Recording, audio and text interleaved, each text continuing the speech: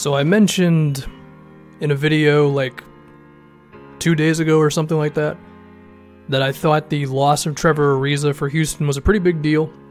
So might as well dive into it in this video. There's fireworks in the background. I don't know if you'll actually be able to hear them or not, but just know that, I guess. So, Ariza chose to go to the Suns, $15 million a year. The Rockets choose to give Chris Paul his money. We assume Clint Capella is going to be back. If you look at those three players in a pecking order, it makes sense that Ariza would be the one on the way out. That doesn't make it any better. He was huge for Houston for a while now, but if we talk about this previous season, he was big. And one thing I've seen people say is, yeah, well, didn't he miss like 10 threes in a row in the Game 7? I mean, he did, but let's remember a couple things. They got to Game 7 against the best team of all time, and he was playing a lot of minutes for them while doing that, and if he's not there, there's a decent chance that they lose to the Warriors in probably not 7 games because of the defense that he was playing against Golden State and the fact that he was a guy that the Warriors couldn't leave open that much. I mean, they were more willing to leave someone like PJ Tucker open than they were Trevor Ariza, right? Even if for one game it was just a disaster from outside for these guys. So I would say just don't overreact to him having one bad offensive game. And before we focus on just Rockets-Warriors more, I think it should be said, this will probably not be that big of a deal against most NBA teams, because between Chris Paul, Harden, Capella's improvement, the fact that PJ Tucker was making corner threes, and that Eric Gordon's still on this team, on top of Daryl Morey's probably going to find somebody, whether it's Courtney Lee or Danny Green or whoever the hell else in the league right now. I'm sure he's going to find someone that can get to Ariza's level or close to it, but I think you could argue that for this Houston team, Ariza would be better than those type of guys, because you look at someone like Danny Green, right? I love Danny Green. I love Courtney Lee as well. But both of those guys are, 6'5", 6'6"? Ariza was 6'8", and that is a huge thing against the Warriors, because you can play as good a defense in the world, but if Kevin Durant can just shoot over you with no problems, then that's going to kill you. We saw that with Drew Holiday in round 2, where KD just had him in the post and shot over him all the damn time. Can't do that as much with Ariza. Now, sure, Durant was still really good in that series, but there were some stretches where he was not himself, and there was one game in particular when he wasn't as good. I don't remember what game it was, but Ariza, if I remember correctly, definitely had a play in that.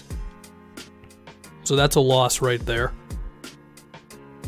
And if we remember how good of defense Houston was playing down the stretch of that series when they were holding the Warriors to sometimes around 100 points.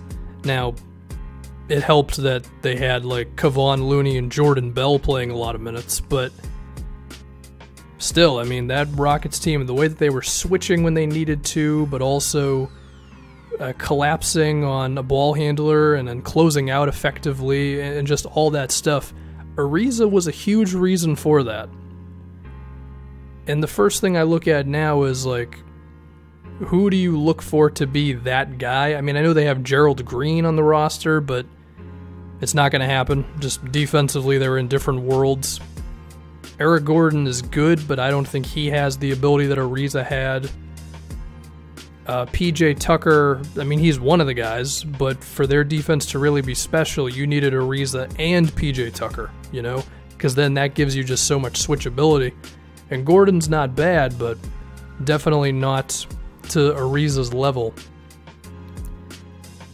The other thing is, outside of one bad Game 7, which does make it kind of tough to say this, but I think it is still the reality, is Ariza was one of those guys you didn't have to worry about as much on offense.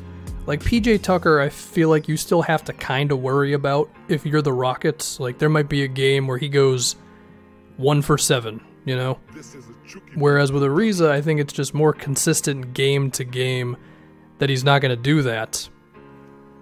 And even if he does have a tough shooting night or a tough set of nights from outside, Ariza had some decent ball handling ability. Like, sure, he's not going to run pick and rolls and ISOs, but he could at least get by someone who was closing out on him. If he had a switch, he could attack the big guy, and that added just a little extra nuance to the Rockets' offense, which was already, I mean, as good as we've seen.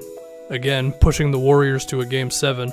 Now, in that scenario, Iguodala was not out there for most of the series, I get it, but still, losing Ariza is a real thing that is going to be difficult to recover from. And if we look at on offense now, does this mean that Ryan Anderson gets minutes for them? Because, again, I don't think Gerald Green can replace Ariza. If they brought back Mbah a Moute, I don't think he's replacing Ariza, although he would probably be a better choice than Green. I mean, Anderson can do stuff on offense. I don't think he can survive against Golden State. So I think the objective for Houston now is just to go find that Trevor Ariza replacement. I've seen rumors that Carmelo Anthony may have his eye on Houston. He is not going to replace Ariza at all. His defense is awful at this point, and 3-point wise, they're, I guess, about the same. I don't have the percentages in front of me, but I think Melo crept up to league average or maybe a bit above it, but that's not going to work. As far as actual trade pieces that Houston has, well, they have all their first-round picks moving forward, 2019, 20, 21, all that, so that'll help them out. Of course, those are not draft picks that are beautiful. They're going to be like the 28th pick in the draft, but still, for a team that has a wing player that they're willing to move on from, it's not bad.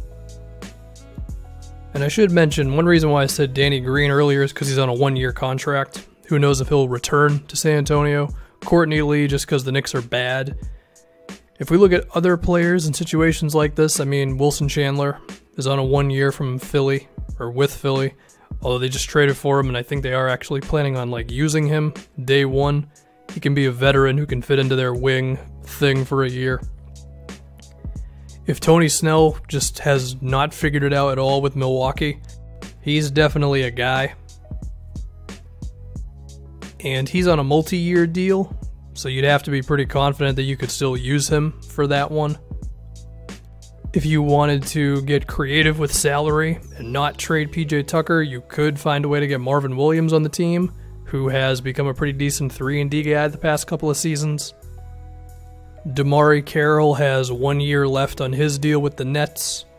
You see what I'm getting at. I'm sure that there are other guys in the league, but these are some that I thought of kind of off the top of my head, kind of cheating a little bit looking around, but yeah, they just need guys like that because that was what made their defense so damn good. Tall dudes who could defend, switch, but then also make threes and allow Harden and CP to do their thing, and you lost probably your best guy when it comes to that.